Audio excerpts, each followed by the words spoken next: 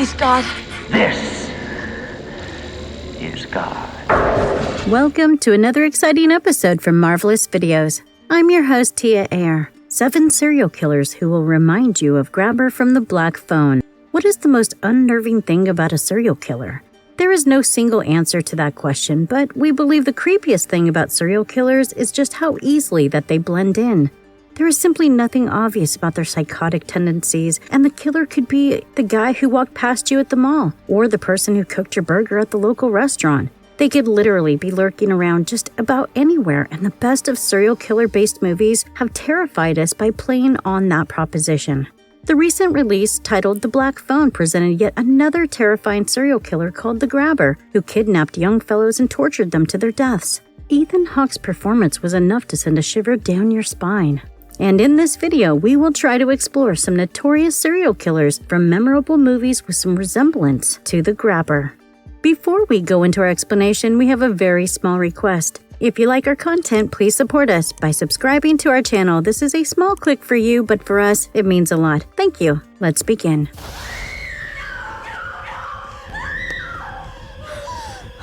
The Cape May Slayer from summer of '84. This 2018 horror flick is an underrated gem in the truest sense of the term. Seldom has a serial killer been so disturbing, and rarely did we get serial killer flicks with such an open-ended climax. The story is premised in 1984, and teenage boys have gone missing under mysterious circumstances around the Cape May region. A 15-year-old boy, Davy Armstrong, suspects that his neighbor, Wayne Mackey, who happens to be a cop, might have something to do with the missing teenagers. His suspicion gets stronger when he finds out that a boy he saw in Wayne's house has gone missing. The adults don't pay much attention to his theories, but a few of his friends help him investigate the strange cop. It turns out that Davy was right all along, and the Cape May Slayer is none other than Wayne Mackey. When Davy and a couple of his friends sneak into Wayne's house, they are horrified after discovering a locked room in the basement. The room is filled with dissected corpses, and they even find the recently kidnapped kid. They present the evidence to the police, and just when you think things will be fine, and that the killer will be nabbed, things take a turn for the worse. The Cape May Slayer was hiding in Davy's attic, and he kidnaps the young boy and his friend Woody. He plays a twisted game of manhunt with them, and Woody is killed while Davy is allowed to run free so that he lives with the paranoia. The movie ends with the killer still at large, and the viewers will be clearly disturbed by the turn of events. The similarities with the Grabber are quite obvious, and everything from the killing methods to the thought process of playing twisted games with the victims can be observed in the Cape May Slayer. The movie promises loads of twists and turns, and the serial killer is surely an unforgettable character who will live in your nightmares.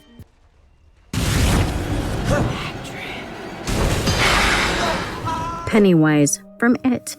One might argue that the shape-shifting demonic creature who infamously appears as a clown and targets the young folks is not exactly a serial killer. It is true that the character has paranormal origins, but his actions do remind us of serial killers, especially the one that we saw in The Black Phone. Pennywise inspires fear, and the scene where Pennywise suddenly appears from the sewers and grabs his prey is one that will haunt the viewers for ages. Apart from the supernatural angle, the only major difference between him and the Grabber is that Pennywise appears every 27 years. He is almost like a curse that has been allowed to run free, and he doesn't really have the motivation to torture his victims. With that being said, it has been observed that the creepy clown took great pleasure in terrorizing children. Both the Grabber and Pennywise have a similar target range, and the former evoked a similar kind of fear when we watched him on the screen recently. Pennywise is also way more powerful than the Grabber because he has the ability to cause hallucinations that confuse his prey. Besides, he can teleport himself to various places and is a master manipulator. Back in the 90s miniseries,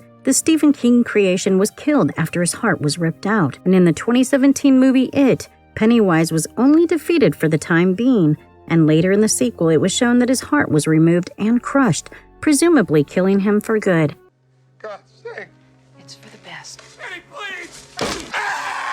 Annie the Psychopath from Misery, 1990. This psychological thriller by Rob Reiner slipped under the radar for many, but the movie came up with one of the most disgusting, disturbing psychopaths ever encountered in fiction. Annie, a seemingly innocent nurse, is hardly what you imagine when we say serial killer, but is the kind of psycho that would make the Grabber look like a normal person. Annie was delusional, and she was obsessed with a famous novelist named Paul Sheldon. When Paul was caught in an accident in the middle of a blizzard, she saved his life, only to hold him captive in her remote residence. She claims to be his greatest fan. I'm your #1 fan. There is nothing to worry about. But when he reads her pages from his new manuscript, we see the real crazy side to her character. She flies into fits of rage and forces him to burn the copy. Annie then forces the author to start a new manuscript which could move ahead according to her whims and fancies. One of her favorite characters had to be brought back to life, and there is simply no escaping the confinement for Paul. He discovers that Annie was responsible for the deaths of several infants, and the lack of evidence is the only reason why she is running free. She also ends up killing the local sheriff when he finds out about Paul, and it takes a brilliant plan from Paul to finally kill her. The author is still traumatized after the incident, and the character of Annie just goes on to show how deeply rooted and messed up certain psychological issues can be. The grabber didn't get much of a backstory in The Black Phone, but both he and Annie must have encountered something terrible to turn insanity to such violence. Kathy Bates was just as impactful as Ethan Hawke in the psychotic role, and if you haven't watched this movie already, it is high time that you did. Please, God. This is God.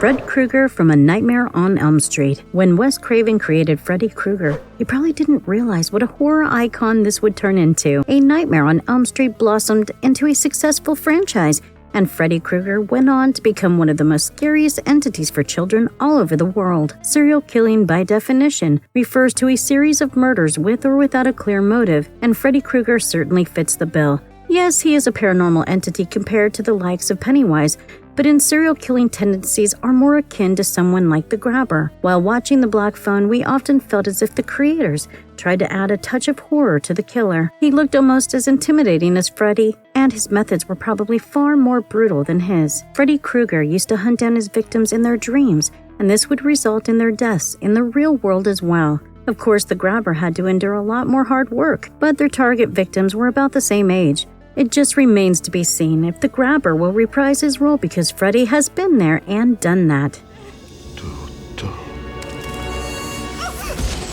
Casanova from Kiss the Girls 1997. As if having one serial killer in a movie was not scary enough, Kiss the Girls introduced two. It all starts with Detective Alex Cross heading to North Carolina to track his missing niece in the wake of a series of mysterious disappearances. When one of the kidnapped girls manages to escape, she helps Cross in tracking down the mystery killer and kidnapper, Casanova. It becomes clear that this masked man refers to himself as Casanova and treats his victims as objects to collect.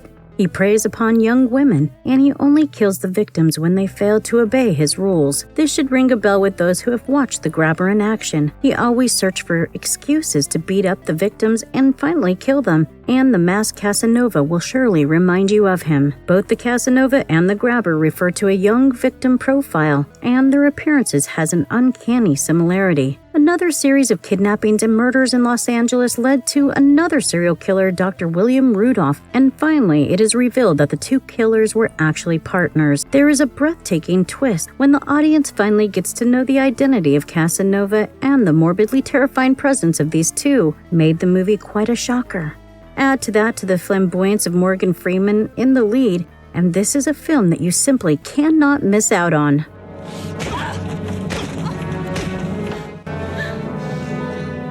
Buffalo from Silence of the Lambs. The Silence of the Lambs will probably go down in history as one of the greatest serial killer flicks ever made, with the icon Anthony Hopkins as Hannibal Lecter and Ted Levine as Buffalo Bill. The acting performances were top-notch, and the narrative was creepy enough to give you the jitters. Hannibal Lecter, the cannibalistic psychiatrist, was already in jail, and a young FBI officer is tasked with interviewing him to get a few clues that will help in nabbing Buffalo Bill. His original name was James Gum, and the terrible childhood led to deep-rooted conflicts in him that left him mentally unstable. He killed his grandparents at the age of 12. After being in a correctional facility, his violent tendencies were far more gone. Buffalo Bill has the most shocking modus operandi among all of the killers in this list. He would pretend to be injured and ask for help from a woman before knocking her unconscious. He would take the victim to the basement and starve her to the point where her skin would become loose enough to be easily removed. He would then proceed to skin the victim, and his kill count was rising considerably, till the young FBI agent finally put an end to his menace.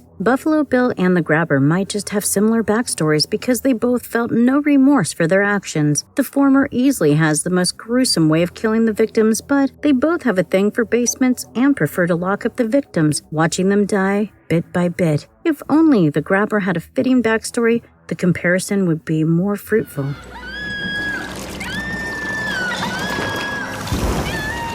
Gary and Ben from Captivity, 2007. Captivity might not be the classic, but the serial killer brothers in the movie certainly gave us the chills. Gary and Ben kidnap women and keep them confined in a cell, subjecting them to unimaginable forms of torture and eventually kill them. Their latest victim is Jennifer, who is misled into thinking that Gary is another victim like her and kept in an adjoining cell. It is later revealed that Ben and Gary had been working together all along, but Gary has started to develop feelings for Jennifer and wants to get rid of his brother. The movie turns into a violent mayhem soon afterwards, and eventually, Jennifer outwits Gary and manages to kill him. While the scenes of violence and torture might be a bit much for many, the killers are easily the showstoppers. Ben in particular is quite similar to the grabber when it comes to the method of killing the victim slowly with time. However, we have to admit the grabber was probably less disturbing when you compare him with the unspeakable stuff that Gary and Ben did to their victims. The brothers even had an appropriate backstory when we learn that as children, they were tortured by their mother and it turned them into sadistic monsters seeking revenge. If you have the stomach to handle some seriously gruesome moments, try out Captivity. You will not be disappointed. There are many infamous serial killers who have made it into the fictional world. Some are inspired by real-life incidents, while others are made-up versions of the harsh reality, but each of them has an uncanny ability to leave the viewers intrigued. The grabber was the latest addition to the long list of psychopathic killers, and do let us know in the comments below about similar characters that you found most distressing. If you liked our content, don't forget to leave us a like and subscribe to us if you haven't already. Have a good one and be safe. Thanks, everyone.